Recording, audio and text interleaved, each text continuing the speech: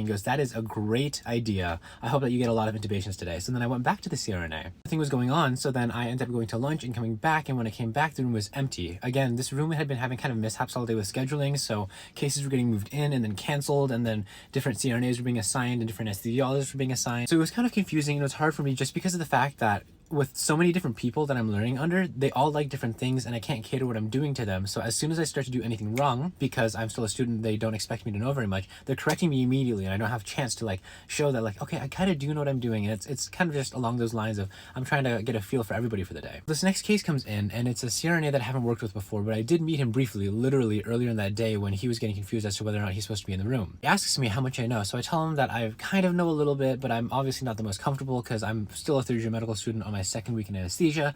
And I tell him usually I play it a little more cautious, so if I think that I can't get it very fast, then I'll just step out. And he looks at me and he goes, I'll try to keep you in the ring a little longer. And that was like, oh, interesting. You go to pre-op the patient and the anesthesiologist and the CRNA are both there. And the anesthesiologist and CRNA don't really know each other very well because he's just taking extra shifts at this hospital. And he tells me that, and then he starts cracking jokes with the anesthesiologist. So already I'm kind of like getting comfortable around these people because they seem nice and they're goofing around a little bit. The patient rolls into the room and everybody kind of gets their game faces on. People get more serious and we're more focused on the patient and catering to the patient. And then the patient goes under anesthesia and then the CRNA goes, okay, do as much as you can.